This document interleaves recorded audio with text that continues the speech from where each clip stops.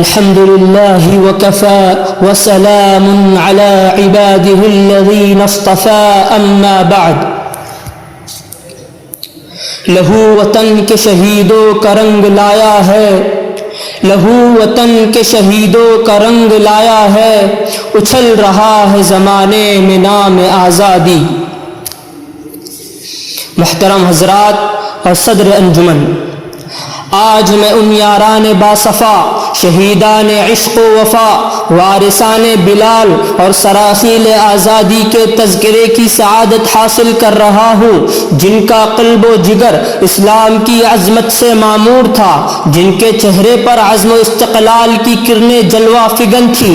جن کا دل جذبہ جہاد سے سرشار تھا، جنہوں نے اپنی پوری زندگی اسلام کی سربلندی اور اعلاء کلمت اللہ کے لیے وقف کر دی، جن کی ایک تاریخ ہے، جن کی ایک داستان ہے، جنہوں نے ہر دور میں اسلام کی آبیاری کی ہے اور چمنستان اسلام کی طرف بڑھنے والی ہر باد سموم کی راہ میں دیوار آہنی اور سد سکندری بن کر حائل ہو گئے ہیں۔ حضرات، اس چمنستان عالم کا پتا پتا اور بوٹا بوٹا اس بات پر شاہد ہے کہ یہ طبقہ ان اصحاب فکر و نظر اور وارثان قلب و جگر کا طبقہ ہے جنہوں نے تاریخ کے ہر نازک موڑ پر اس امت کی رہنمائی اور دستگیری فرمائی ہے۔ یہ ان یاران باصفا اور شہیدان عشق و وفا کا قافلہ ہے جنہوں نے ہر دور میں باطل کا مقابلہ کیا۔ جب بھی باطل نے حق کو چیلنج دیا، انہوں نے اس چیلنج کو قبول کیا اور سر بکف میدان میں آ نکلے اور جم کر پوری بے خوفی سے باطل کا مقابلہ کیا۔ انہوں نے جانیں تو دے دی مگر باطل کو کبھی پیٹھ نہ دکھائی، انہوں نے سر تو کٹا دیا مگر پرچم اسلام کو سرنگو نہ ہونے دیا۔ جب جلاد تلوار چمکاتا ہوا آگے بڑھا تو انہوں نے مسکرا کر نظر سے نظر ملائی اور پھر یہ کہتے ہوئے مردانہ وار تلوار کے نیچے سر رکھ دیا، خوشا وقتے کہ میری موت تیرے کوچے میں آ جائے، خوشا وقتے کہ میری موت تیرے کوچے میں آ جائے، یہی تو زندگی کا آخری ارمان ہے ساقی۔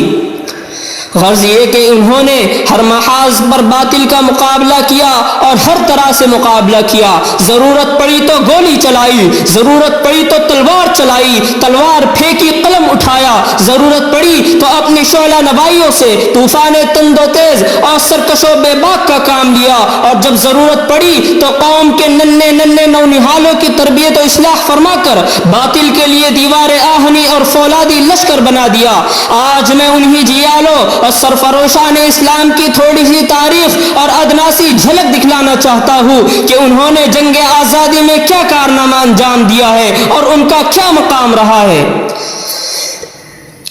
محترم حضرات، جب ہندوستان کی مقدس زمین پر انگریزوں کا ناپاک سایہ پڑا اور وہ اپنی شاطرانہ و عیارانہ چالوں سے یہاں کے مالک بن بیٹھے، جب باشندگان ہند پر طرح طرح کے ظلم و ستم کے پہاڑ توڑے جانے لگے، جب ہندوستانیوں کو غلام بنایا جانے لگا، جب ہندوستانیوں کا خون ان کے پسینوں سے بھی ارزاں ہونے لگا، تو ایسے نازک وقت میں سب سے پہلے جس شخص نے علم بغاوت بلند کیا وہ محدث کبیر، امام جلیل، رئیس الاولیاء، فخر چمن، نازش وطن شاہ عبدالعزیز ابن ولی اللہ محدث دہلوی ہے۔ یہی وہ مرد مجاہد درویش خدا ہے جس نے وقت سے بہت پہلے مسلمانوں کے نصب العین کا اعلان فرما دیا تھا، جہاں تک پہنچنے کے لیے دوسروں کو ابھی برسہ برس انتظار کرنا تھا۔ شاہ عبدالعزیز کا فتویٰ کیا تھا؟ ایک برقے بے ایما تھا جو دشمنوں کے نخل تمنا پر گر پڑی، انگریزوں کی نیندیں حرام ہو گئی، جگہ جگہ آزادی کے شعلے بھڑکنے لگے اور پرچم اسلام لہرانے لگے، سینوں میں ولولے مچلنے لگے اور حوصلوں نے انگلائیاں لینی شروع کر دی۔ مسند درس پر بیٹھ کر قرآن و حدیث کا درس دینے والے علماء کرام، خانقاہوں میں بیٹھ کر اپنے خون جگر سے شمع اسلام کو روشن کرنے والے مشائخ اعظام اپنے مدرسوں اور خانقاہوں کو چھوڑ کر میدان میں آ گئے اور فرنگیوں کے خلاف ایک محاذ بنا کر توکل علی اللہ منزل کی جانب بے سر و سامانی کے عالم میں نکل پڑے۔ اس بزم جنوں کے دیوانے ہر راہ سے پہنچے محفل تک، اس بزم جنوں کے دیوانے ہر راہ سے پہنچے محفل تک، بےتابی ان کی عام ہوئی صحراؤں سے لے کر ساحل تک۔ ہاں سنگ گرا پر لکھتے تھے وہ اپنے دل نادان کا حال، ہاں سنگ گرا پر لکھتے تھے وہ اپنے دل نادان کا حال، شاید کہ تلاش مقتل میں کوئی پہنچے پتھر قاتل تک۔ حضرات یہی حقیقت ہے کہ اگر ہندوستان کی جنگ آزادی میں علماء حصہ نہ لیتے تو یہ ہندوستان کبھی بھی آزاد نہ ہوتا، اگر یہ سرخیل آزادی نہ ہوتے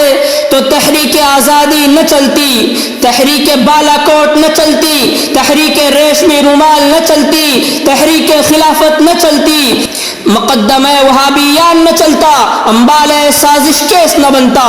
الغرض علماء کرام ہی نے اپنے خون جگر سے عروس آزادی کی حنا بندی کی ہے اور اپنے مقدس لہو سے شجر آزادی کو سینچا اور پروان چڑھایا ہے۔ محترم حضرات، لیکن افسوس ہے کہ اتنی قربانیوں کے باوجود آج ہمیں غدار وطن کہا جا رہا ہے،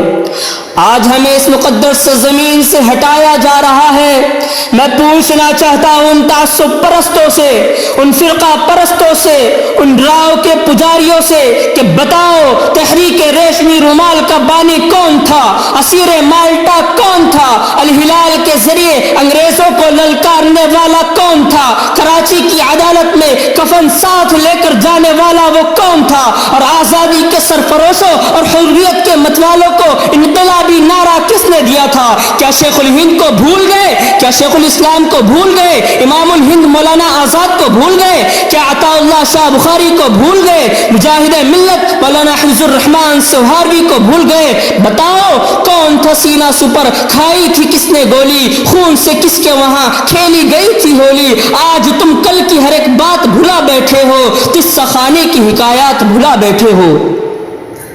مگر اے لوگو، ہمیں ان مجاہدین کی یادوں کو زندہ رکھنا ہوگا،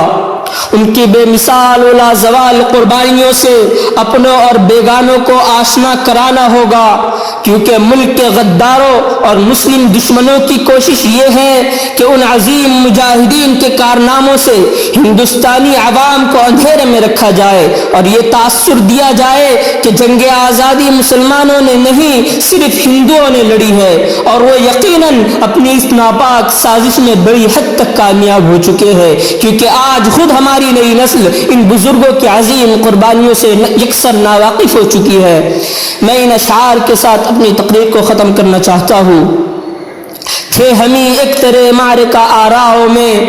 تھے ہمیں ایک تیرے معرکہ آراؤں میں، خشکیوں میں کبھی لڑتے کبھی دریاؤں میں، دی اذانیں کبھی یورپ کے کلیساؤں میں، کبھی افریقہ کے تپتے ہوئے صحراؤں میں، ٹل نہ سکتے تھے اگر جنگ میں اڑ جاتے تھے، پاؤں شیروں کے بھی میدان سے اکھڑ جاتے تھے، تجھ سے سرکش ہوا کوئی تو بگڑ جاتے تھے، تیغ کیا چیز ہے ہم توپ سے لڑ جاتے تھے، آئے عشاق گئے وعدے فردا لے کر، اب انہیں ڈھونڈ چراغ رخ زیبا لے کر، اب انہیں ڈھونڈ چراغ رخ زیبا لے کر، وآخر دعوانا ان الحمد للہ رب العالمین۔